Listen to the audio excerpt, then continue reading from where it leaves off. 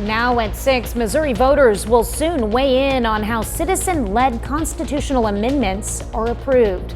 Plus, details emerge on the off-duty police officer who lost his life in a rescue attempt in southwest Missouri. And folks on Route 66 have a new sign of celebration in Miami, Oklahoma. The 4 states' most watched news starts now. Missouri voters go to the polls in August, and one issue on the ballot, whether to change how citizen-led constitutional amendments are approved.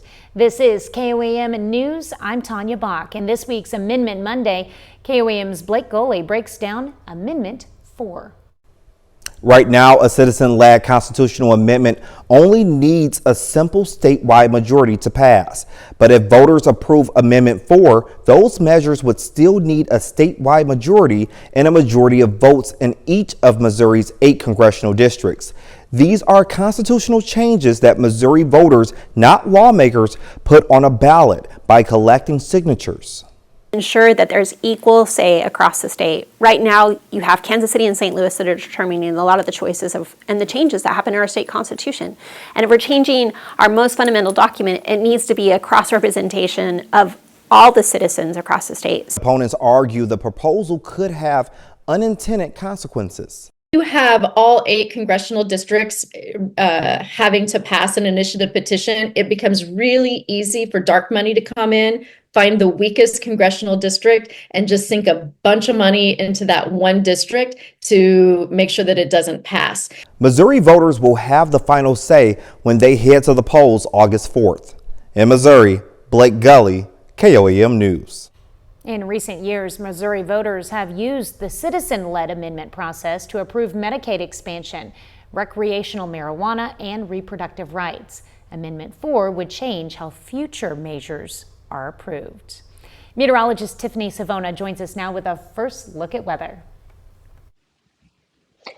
If you thought today was hot, well, tomorrow will be a little bit hotter. I know it was brutal out there today. We'll get some relief, but we have to get through tomorrow first. So Tuesday, an alert day for the entire 4-state region for feels like temperatures or heat index values between 100 and 115. So that puts us in that dangerous heat category. You have to take this seriously. It's 96 right now. That's the air temperature in Joplin, and the air temperature is actually taken in the shade. So if you're out in the sun, it feels even hotter, and it feels like 105 when you factor in the humidity. And look at those dew points in the lower 70s, and there's not much of a breeze to really blow around that hot air. So not much relief out there if you're going to be out this evening. If you need to mow the lawn, just wait it out. Wait until Wednesday or Thursday. It's going to be way more comfortable to do so then. Temperatures in the 90s over the next few hours, and after sunset, we only drop into the 80s, and it'll feel even warmer than that when you factor in the humidity. Tomorrow, we could hit 102 in some locations, but those feels like numbers will be well into the triple digits for much of the day.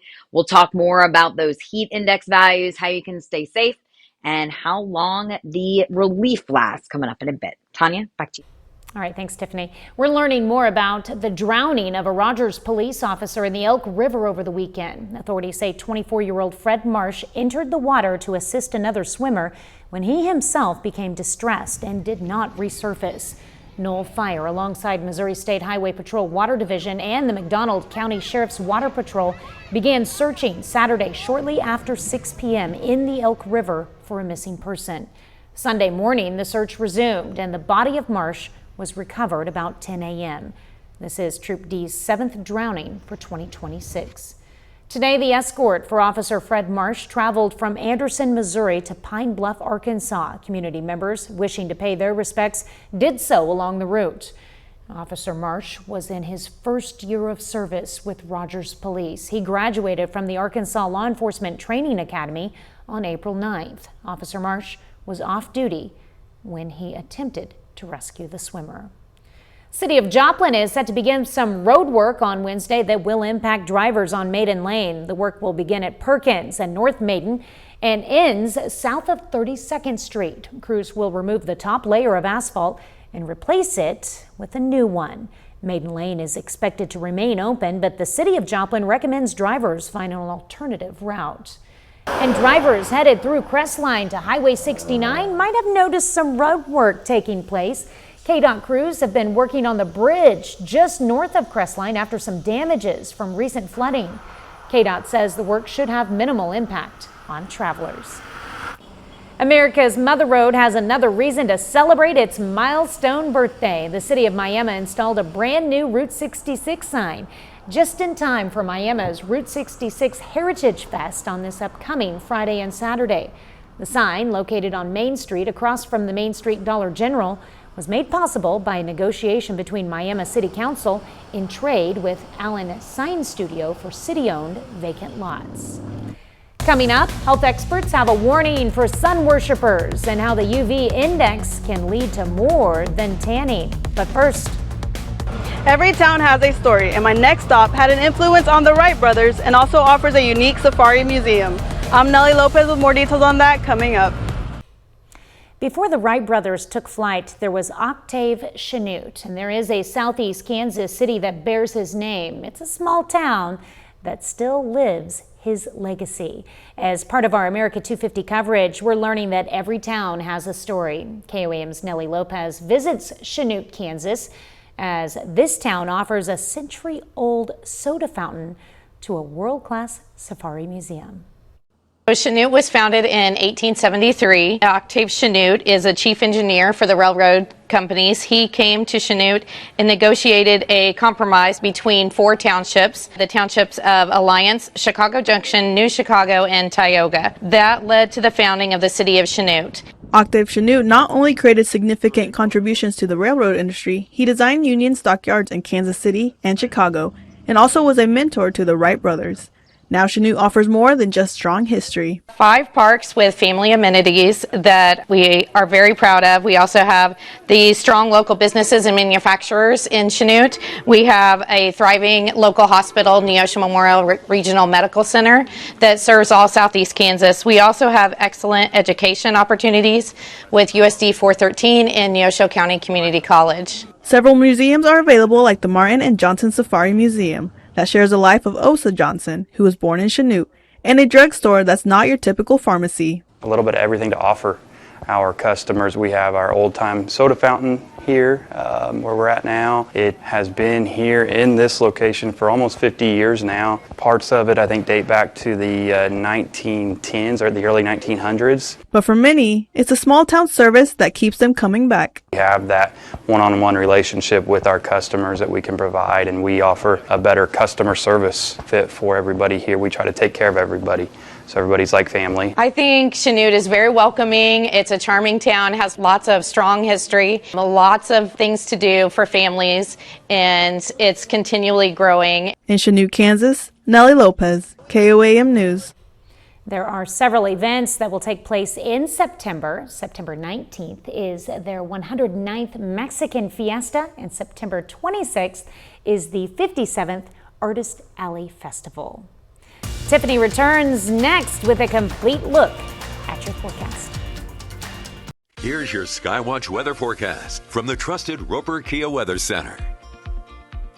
It was a hot and humid Monday all across the 4-state, and we're going to do it all over again tomorrow. In fact, tomorrow could be a little bit hotter. I know, not the news you want to hear, but relief is coming. We just got to get through your Tuesday. So an alert day Tuesday for the entire 4-state region for feels like temperatures between 100 and 115. And that is why a heat advisory has been issued by the National Weather Service for much of Kansas, also our Missouri counties and into Arkansas.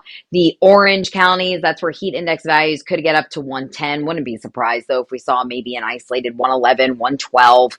What's the difference at that point, right? And then an extreme heat warning for all of those counties highlighted in pink. That is where heat index values could get as high as 115. And I checked all of these counties in Kansas and Oklahoma. They saw heat index values a little bit higher than the rest of us in Missouri and Arkansas today. And here were some of the peak heat index values. Joplin got up to 106 at the hottest point of the day. Pittsburgh, 110. Parsons, 110. Monette, 103. Bentonville, 107 was the highest you saw there. In Miami, we got up to 110, and Grove, 112. These are not air temperatures. they were, we'd be breaking records left and right. These are the heat index values, or feels like temperatures when you step outside. So if you're going out this evening, maybe you need to walk the dog, temperatures are in the 90s still, and our feels like temperatures are well above that. So it feels like 105 in Joplin, feels like 106 in Anderson, 107 in Grove, 104 in Nowata, 103 in Bonita. It feels like 106 in Chanute. So make sure you take plenty of water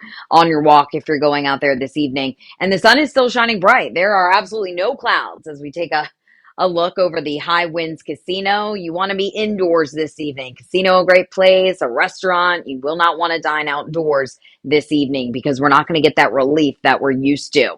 Our Skywatch Storm Tracker showing severe weather ongoing across portions of the upper Midwest where tornado and severe thunderstorm watches are. This is the cold front that we're waiting on. This front, it's not going to cool us down much, but it'll drop humidity levels big time, at least for summer standards, as we head toward the middle of the week. So let's track the heat index. This is what we're concerned about going forward. Tomorrow morning, it's going to feel like almost 90 by 8 o'clock in the morning. Can you believe that? By noon, it already feels like it's well over 100 degrees. And then by the afternoon hours, it's feeling more like 111 in Joplin, 112 Columbus, 112 in Miami, 110 in Nevada. So it's going to feel like it is between 110 and 115 for many of us during the afternoon hours. If you can stay inside, at least during the peak heating of the day tomorrow, it's best to do so. Find those indoor things for the kids to do. Movie theater is always a good bet, shopping malls, and also any indoor playgrounds. You can keep the kids indoors, you can keep them safe, because once we get into this category, this orange category, heat exhaustion is likely if you're outdoors for an extended period of time and heat stroke is possible. That is an emergency. You need to call 911 if you see someone experiencing heat stroke. And we will get relief. You can see our muggy meter. We're in that miserable category through tomorrow, and then we'll see those humidity levels drop big time. We'll see those dew points drop into the lower 60s. It's going to feel fantastic Wednesday and Thursday. So if you want to get outside, Wednesday and Thursday are the days to do it. We could see showers and storms on a scattered basis Friday. That's when humidity levels go back up, and it's back to the heat and the humidity by the weekend. Tanya, back to you. All right. Thank you, Tiffany. Well, dermatologists are raising concerns about a growing trend, people using the UV index to find the best time to tan. The UV index was created in the 1990s to warn the public about dangerous sun exposure. But skin health experts say some people now use it to maximize time in the sun. Doctors warn that sun damage breaks down the skin's DNA, and melanoma ranks third among cancers diagnosed in people in their 20s. All the young people who are maximizing their tanning and doing all of those things, they don't realize that that's actually one of the most common cancers they can get in their age range. Springfield esthetician Taylor Mock says she sees more clients asking about protecting their skin from sun damage. Both Mock and Dr. Inslee say sunscreen is non-negotiable outdoors, and that products with built-in SPF, like some makeups, should not be your only protection. July is UV Safety Month. Still ahead, the Frontenac Raiders name a new football head coach, and the Missouri Tigers get promising news on one of its stars. Zach Petrick has those stories and more next in sports. Despite it being the summer break, school districts are always moving staff and teachers around, and the Frontenac Raiders are no different than the rest. Head coach Leon Miller was relieved of his duties recently, and special assistant Garrett Wilson was named interim head coach.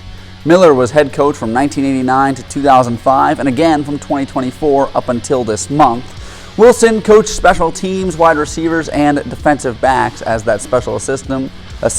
This news comes abruptly as high school camps are inching ever closer as the month of August nears.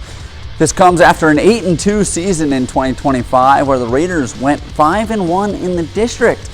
Wilson has a tough task on his hands as the football season is now just a few weeks away. Baseball season continues to roll on through the hot weather, and our local teams continue to get out on the diamond looking for some midsummer wins. The Kansas City Royals stay at home to open the week as the San Francisco Giants come to town starting tonight. Trevor McDonald is on the bump for the visitors, while Michael Wacha will look to protect home for the Royals. Both teams have been underachievers this season. First pitch is in just a few minutes at 6:40.